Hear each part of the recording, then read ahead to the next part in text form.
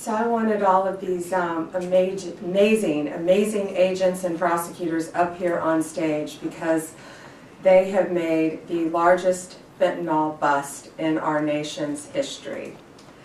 And we're very proud to announce today a historic Sinaloa cartel arrest, and it marks the most significant victory in our nation's fight against fentanyl and drug trafficking to date. This multi-agency operation led by DEA with our local, state, tribal, and federal partners targeted one of the largest and most dangerous drug trafficking and foreign terrorist organizations in our country.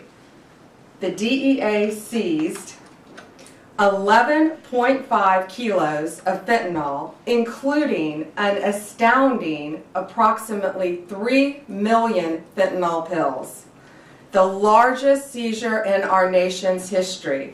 These are the pills in the bags right there. The main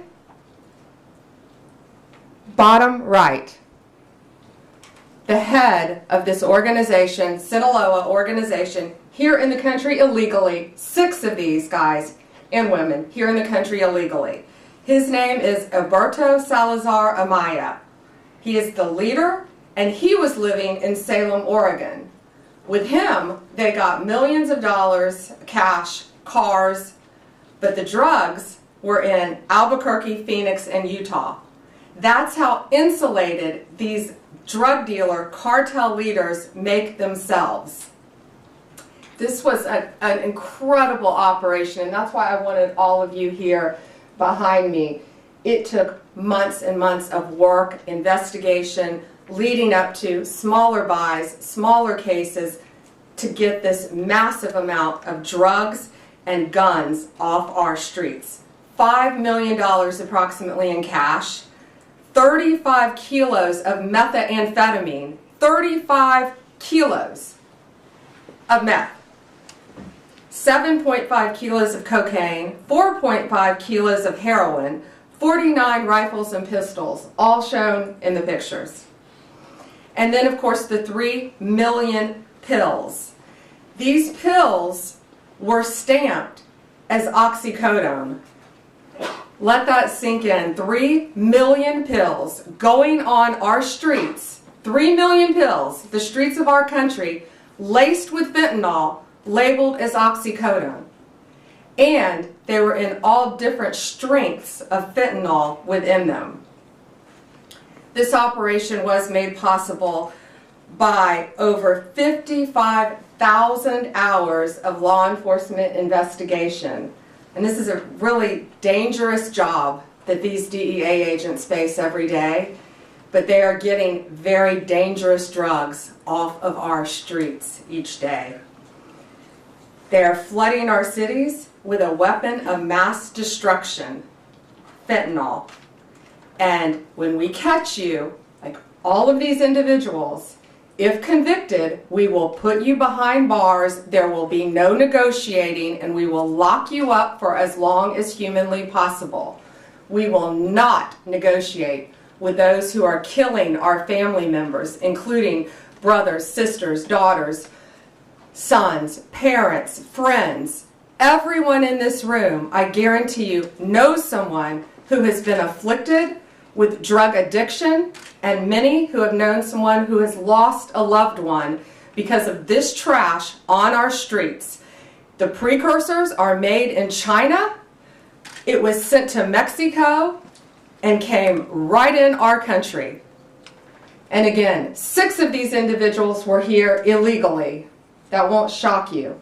And we're running a massive, massive drug operation. This kind of success doesn't happen without extraordinary leadership. And I want to personally thank my friend, DEA Principal Deputy Administrator Rob Murphy, DEA El Paso Division Chief Agent in Charge Omar Arirello. I'm killing your name, Omar. Omar, okay. And U.S. Attorney, where's Ryan? Ryan Ellison. I also want to thank again the brave men and women of law enforcement. Last week I joined them at a DEA laboratory, and we went there, and it was truly remarkable what we saw, how quickly these cartels can manufacture and make fentanyl powder and put it into these pills. But people need to know, parents need to know, kids need to know, this fentanyl, this bus, these 3 million pills for oxycodone, they put this in Xanax, they put this in Adderall, they put this in Molly, the date drug or the party drug, something called Molly, they put it in cocaine, and they put it in marijuana. And it is to get you so highly addicted that you can't get off it. 75,000 Americans are dying each year because of fentanyl. 75,000.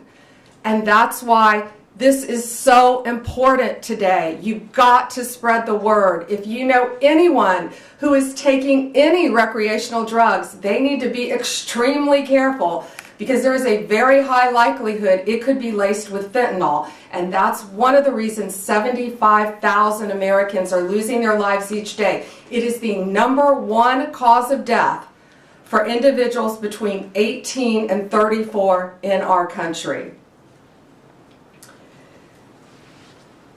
More seizures are coming, more arrests are coming. I guarantee you that. And these dealers, these sellers, these street-level sellers better look out, because we will not be negotiating with you. We will bring you to justice, and we will not stop until this poison is off of our streets in our country. It is my honor to introduce my friend with DEA, Rob Murphy. Thank you again. Thank you, Attorney General Bondi. Good afternoon. First off, I'd like to take a second and thank the men and women at DEA, along with our partners, U.S. Marshals, the IRS, obviously the U.S. Attorney's Office, who made this 6-month investigation happen. Without their tenacity, there was many obstacles that they faced throughout this investigation. And let me reiterate what the Attorney General Bondi said so well. This was a major drug trafficking organization led by Alberto Salazar Amaya, operating in the United States with no regard at all for the disruption to families, addiction, and ultimately death that was probably caused for the distribution. That nearly $5 million in cash represents poison that was distributed throughout at least 6 states that we were able to identify in this country, and who knows where it went when it was sold to that first level. Obviously a major organization.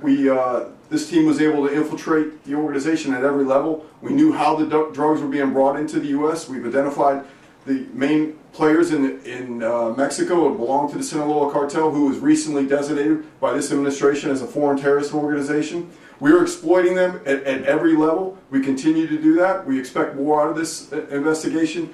Could not be more proud of the men and women that put their lives on the line every day, doing this job, working through the obstacles to make sure that the communities they live in, the communities we all live in, continue to be as safe they can be.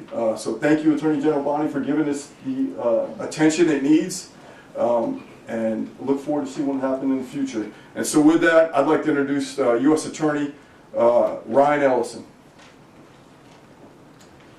Well, good afternoon, everyone. My name is Ryan Ellison, and I'm the United States Attorney for the District of New Mexico. I'm going to give you a brief overview of the investigation that dismantled one of the largest and most dangerous fentanyl operations in United States history. This case involved coordinated efforts from federal, state, tribal, and local law enforcement agencies across multiple states.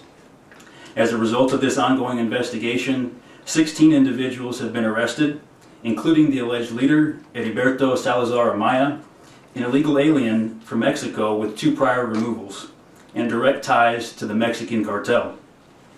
In Albuquerque alone, authorities seized staggering quantities of illegal drugs and assets, including over 2.7 million fentanyl pills, 11.5 kilograms of concentrated fentanyl powder, 7 pounds of methamphetamine, multiple kilograms of heroin and cocaine, 41 firearms, to include ghost guns and weapons modified for automatic fire, more than $600,000 in cash, and numerous luxury vehicles.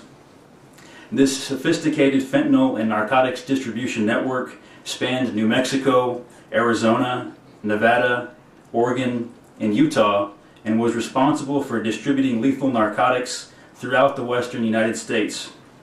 The sheer scale and potency of this fentanyl is sobering, with enough lethal doses to kill countless Americans. All defendants face serious federal charges related to conspiracy and distribution of fentanyl, along with additional charges for firearms offenses and immigration violations in certain cases. I would like to thank the DEA's El Paso Division, primarily the Albuquerque Field Office, as well as many other DEA field offices across the western United States, our local and federal partners, and the assistant U.S. attorneys that are prosecuting this case. Together we have sent a clear message. We will not tolerate those who profit from poisoning American citizens. The fight continues, but today our communities are safer with these drugs and criminals off the streets. Thank you.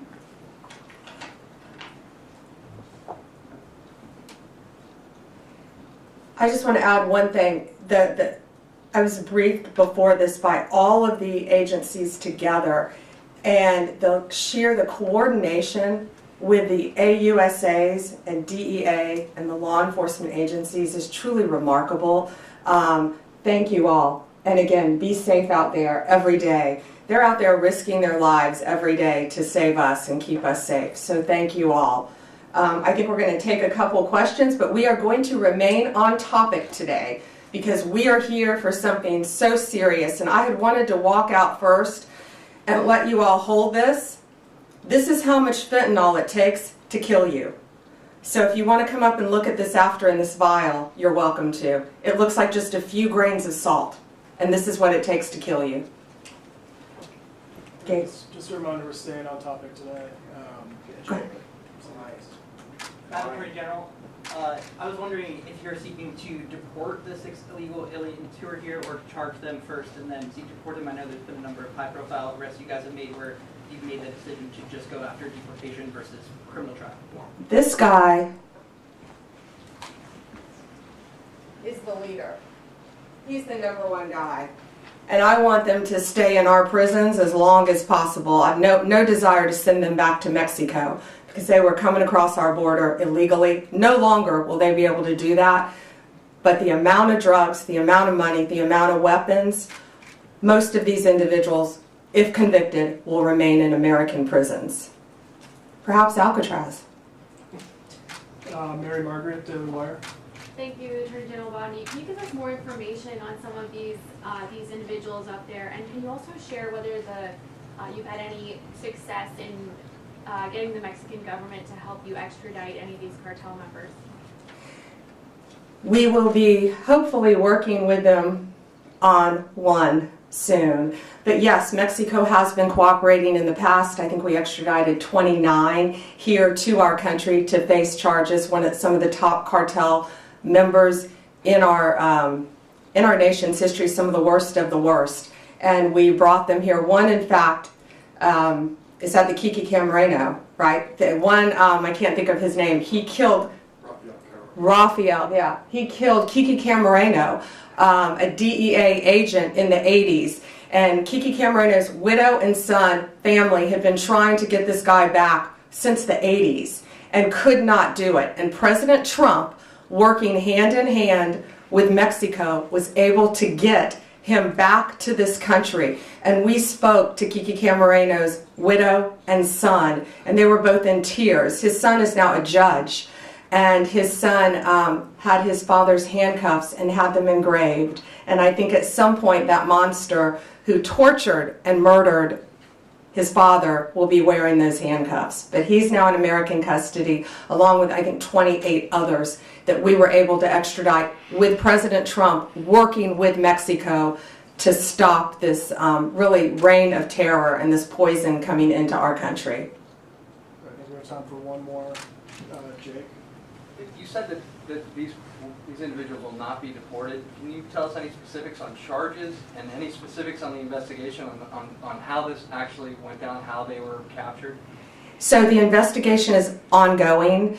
I can tell you it was a lot of work, A lot of great police work is all I'll say now, but I don't want to really reveal their sources and methods of how they captured and caught these guys. But what I will tell you, the top guy who I keep pointing to, he insulated himself. He was in Oregon. He had no drugs on him, but he was the leader. He had millions of dollars.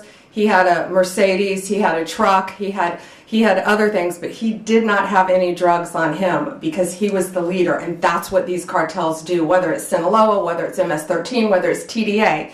The highest leaders insulate themselves. Just like the TDA guy, you may have been with us in Virginia. When we arrested him, not even half an hour away from here, he didn't have any drugs on him either.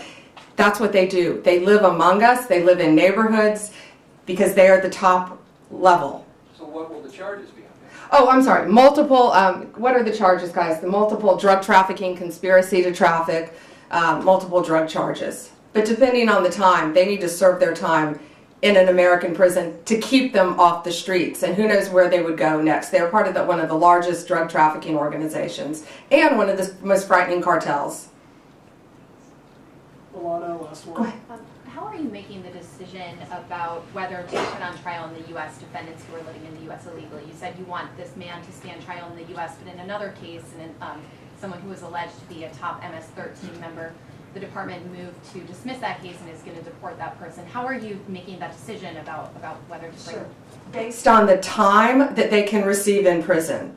These people are all facing substantial charges, maybe that might change down the road, and they all are innocent until proven guilty. If convicted though, they're facing a substantial amount of time in prison, and there's a very big risk. We all know releasing someone, especially to Mexico, sending them back to Mexico. Who knows? They could attempt to get through our borders, not under Donald Trump, I doubt. But they're also part of a major drug trafficking ring in Mexico. So sending them back to Mexico to continue on with their drug business isn't going to happen under this administration. Thank you guys so much. Thank you all. And if you want to see this, Alana, you may have seen this before, but if you all want to see this, it really puts it in perspective how deadly this stuff is. And that's what I wanted you all to see. Thank you all.